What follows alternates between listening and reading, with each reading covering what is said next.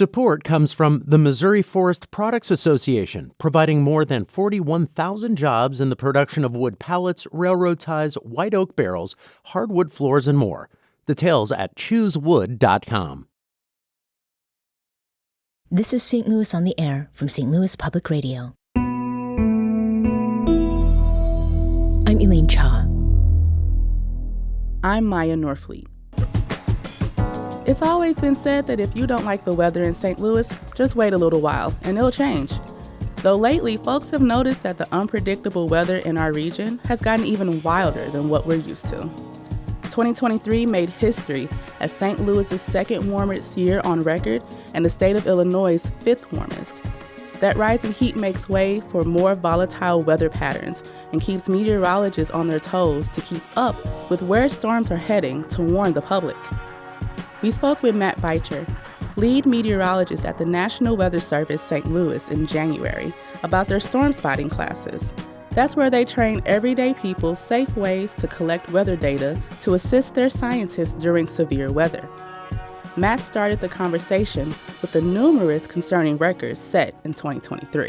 One of the most notable things that we saw last year was how dry it was. I don't know if people noticed, probably because it was probably a nice day out when it's dry out. It's you don't think of the ancillary impacts to that, but in addition to it being one of the warmest years we've ever seen in this region, it was also one of the driest we've ever seen, and that has considerable impacts not only to water supply but to shipping on the Mississippi and the Illinois rivers, to impacts to the folks floating on the Merrimack. You know, there's a great industry in float trips in the summer, and of course the large agricultural community and the contributions that they have to the economy. So a wide range of impacts occurred from a pretty dry year that we had in 2023 as well.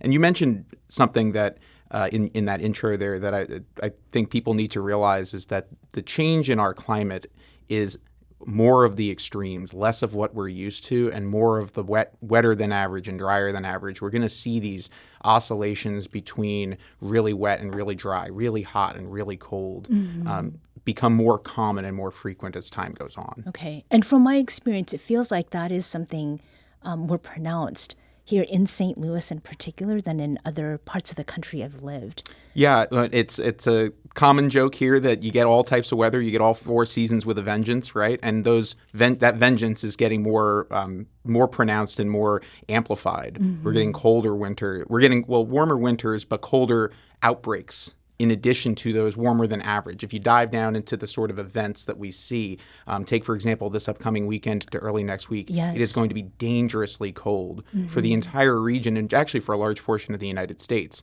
That gets washed out in the yes, it's been one of the warmest years on record, but if you look down into the nitty-gritty, these oscillations are something that we also have to keep in mind. Right.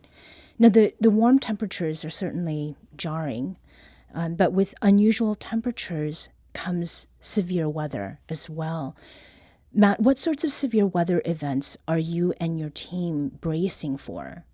So we're seeing an increase in what we consider to be extreme precipitation events, sort of on the higher percentiles of how much rain falls in a given event. As a matter of fact, the National Climate Assessment came out just a couple of months ago, and that's a large-scale national view from a wide range of atmospheric scientists and sociologists who get together and come up with changes over time of not only the hard data of temperature, precipitation, snowfall, but look at the impactful precipitation and impactful temperature changes. And in the St. Louis region, we saw a 35% increase in extreme precipitation events over the last couple of decades.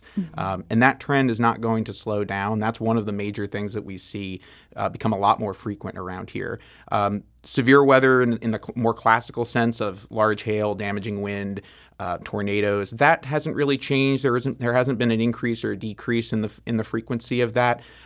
But something to keep in mind is that these other types of weather hazards and impacts like extreme temperatures for a prolonged period or extreme precipitation can introduce something known as an intersectional vulnerability. So you make somebody vulnerable by, let's say their house floods and they become unhoused.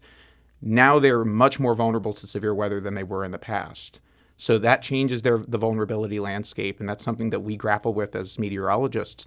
it's not just weather, it's the intersection of weather and society. And that is person to person vastly different, region to region too, but person to person vastly different. Right. So it's clearly more than just conversations that people are having casually. These are real life consequences. Absolutely. And I think that people, the conversations that folks have that, we don't get as many snowstorms as we used to, and it seems hotter than it used to be. Don't discount that. That is, your experience is real, and it is happening. It's not a weird perception. It is reality. Yeah.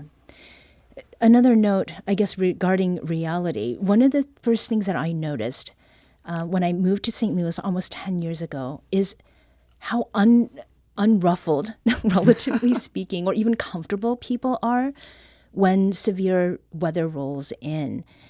When the tornado sirens go off, many people, they run to their yards or their porches to watch the storm roll in versus like I am diving under something.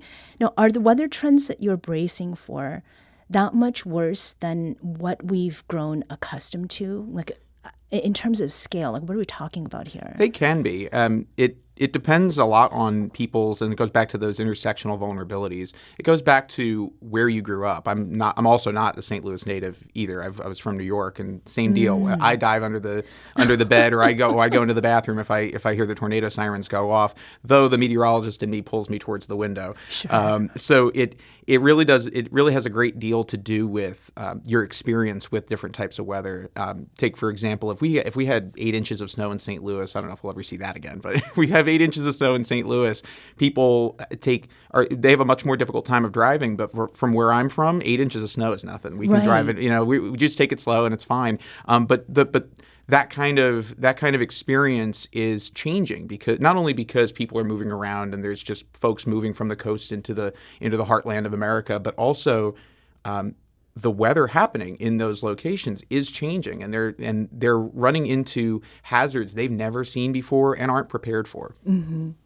And with these weather extremes and events kind of becoming more common, how much harder does that make your job? Does it make it harder? It does, because part of our job, I would argue, a more important part of our job than the forecast itself, even though everything is rooted in a scientifically sound and accurate, obviously, forecast, is communicating that. Because there was a paper published decades ago, well ahead of its time. This quote said, "Weather forecasts have no intrinsic value. If I put out a perfect forecast but nobody heard it, is it good?" In my opinion, and the opinion of the National Weather Service, no, because nobody acted on it. Nobody's life was saved. No dollars were saved. No property was saved. And that's the mission of the Weather Service, is to protect people's lives and their properties. So part of that is communicating it. And when you're dealing with new hazards, new people, the intersection of these vulnerabilities, and also folks not being able to get the weather information from what we consider to be normal everyday channels, that makes it extremely difficult. So we work with the community every single day, and we find new partners every single day to reach every person that we serve. Now, speaking of partners, let's talk about tracking severe weather. And when it comes to doing that, meteorologists like yourself rely on radar or radio detection and ranging. But having eyes on the ground, that's critical. So tell us about storm spotting. What does it mean to be a storm spotter? Being a storm spotter provides us the ground truth that radar just can't. Radar is one of the most essential tools that we have at the National Weather Service to protect people, especially during severe weather, so severe thunderstorms, tornadoes, even in winter weather. But depending on where you are in proximity to the radar, it can't see where all the impactful weather is happening. The radar shoots a beam, a very low-powered beam, at a half-degree angle to the horizon. And as you go further and further from the radar, you get anywhere from 5,000 to 10,000 feet in elevation. And a lot of weather happens in that lower 5,000 to 10,000 feet from the beam to the ground. A changeover from snow to rain, hail melting, tornadoes, complete tornadoes can just not be detected, or the rotation in those thunderstorms. So we rely on people on the ground to provide us the ground truth to say, yep, we saw 1.5-inch hail, or yeah, there's a tornado on the ground and it just hit somebody's house. That provides us a lot of confidence, especially when we know they come from trained weather spotters and we trained them. to either sustain a warning, to upgrade a warning to a higher classification, or to cancel one because it's the event that we thought was happening is not happening. Matt, where would you put the need for more storm spotters who are trained? It's a pretty substantial need. We have quite a few, but they move around. They decide they don't want to do it. There is a great need in rural populations as well, just lower population areas that unfortunately are not serviced as well by the radar as St. Louis, just because of its proximity. The radar is in St. Louis, and as the further out you go, the harder it is to see. We need spotters all over the place because they are an invaluable part to what we do. We don't ask them to put themselves in harm's way. We always say that your life comes before a report every single time. But if you are seeing impactful weather, hazardous weather, like you were saying, if you're out and about and you're not ducking under cover when hail is coming down or a tornado is coming down, and you see something, let us know, because that information could be the key to saving lives down the road, even in the next couple of minutes, couple of hours. So that certainly speaks to how critical it is to have more storm spotters. Are there many at this point? There's tens of thousands across the country, but we could always use more, and that's not uniformly distributed either. There's a lot more in the population centers than there are out in more rural populations. Yeah. So there are several thousand across the United States, but at the end of the day, we could always use more. We could always use a lot more talk about safety as well, because these classes that we teach, they're about 2 hours long, but they're really fun and interactive. They're not death by PowerPoint in the slightest. At least the ones that we encourage people go to from our office, they are not at all something that you can snooze through, because there's a lot of games involved. We have little kids that show up, and they're the best. Great. They're always throwing out these great answers to the questions, but in addition to training them how to report the weather and report these hazardous conditions, we also teach them how to stay safe. So we're kind of solving the problem as well about folks who are afraid of severe weather. There's quite a bit of that,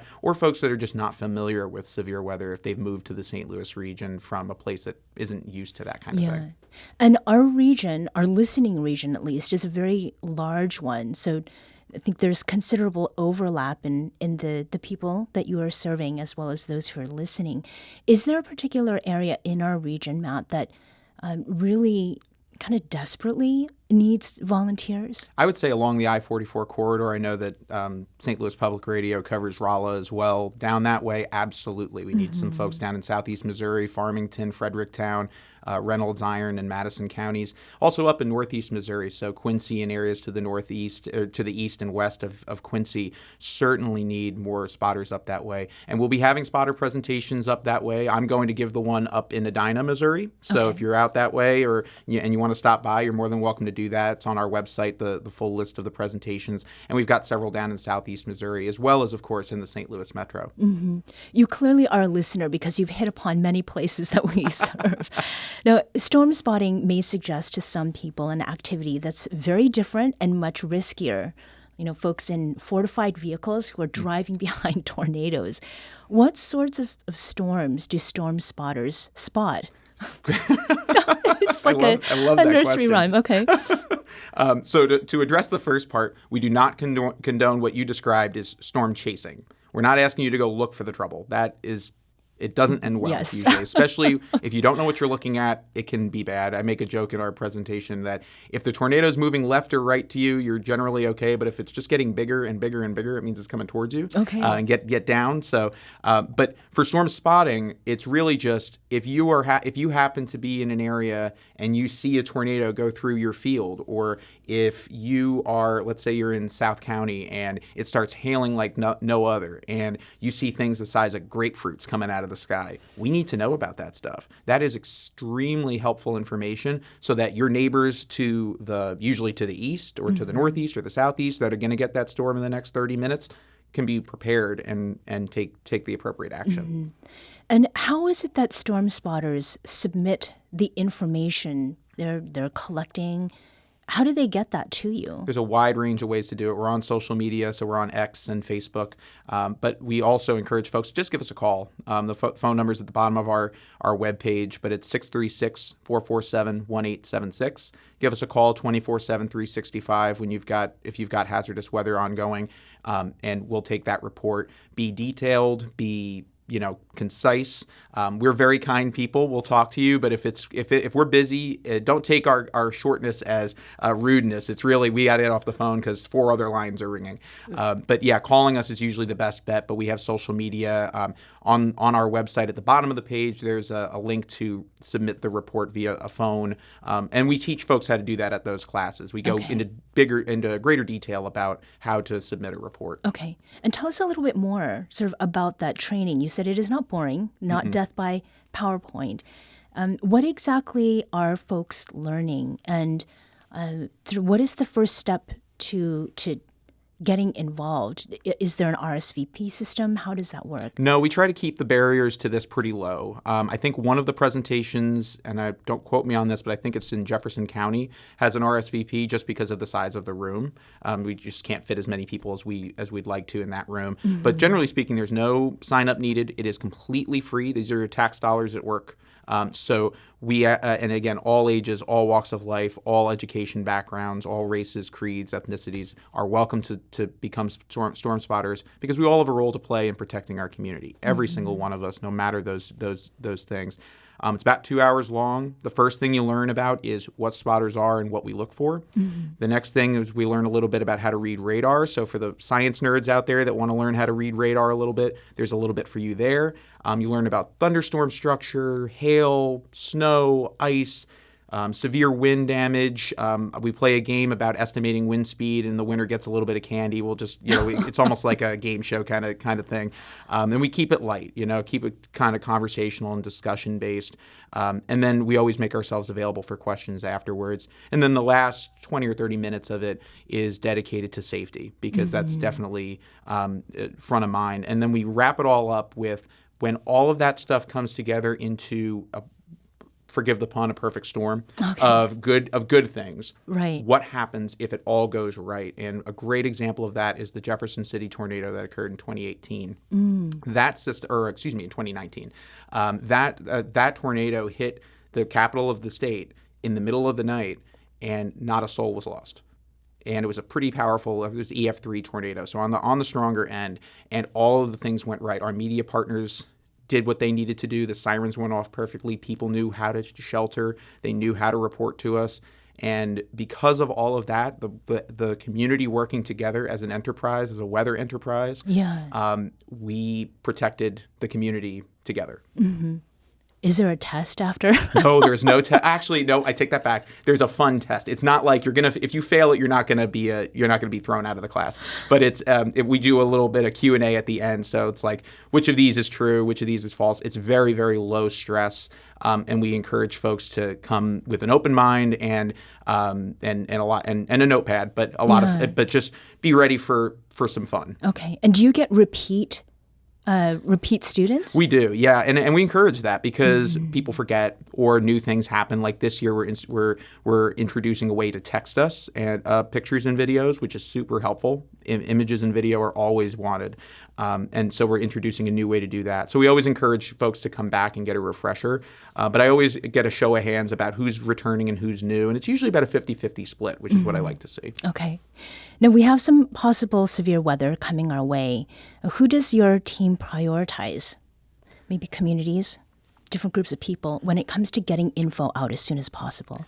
So I wouldn't call it prioritization. Everybody that we serve, every single person is a life that we are mandated to protect in the best way possible. We do have what are known as core partners that they're not necessarily priorities, but what we do with them is they're able to make the decisions to keep a ton of people safe. So the Missouri State Emergency Management Agency is one of our very close partners that we work with. We provide them weather information almost constantly. And in turn, they make decisions that protect the communities. So in a way that they're doing the job that we're trying to do as well with the public. Another group that we deal with very frequently is the Missouri Department of Transportation and the Illinois Department of Transportation. They are essential, especially in winter weather, to making sure roads are plowed, people stay off the roads, and that they know what to expect so that they can prep accordingly.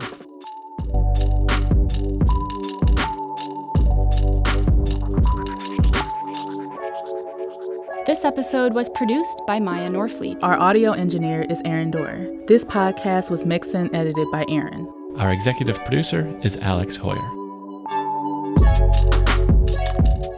St. Louis on the Air is a production of St. Louis Public Radio.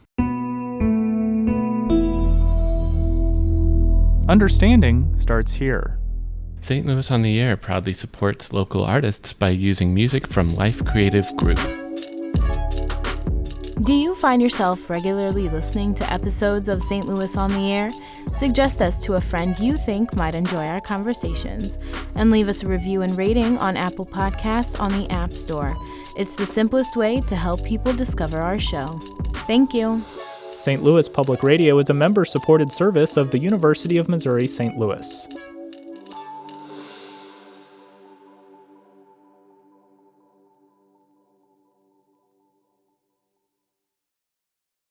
Support comes from the Missouri Forest Products Association, committed to conservation and careful management of the state's forests to make them more resilient and better habitats for wildlife. ChooseWood.com.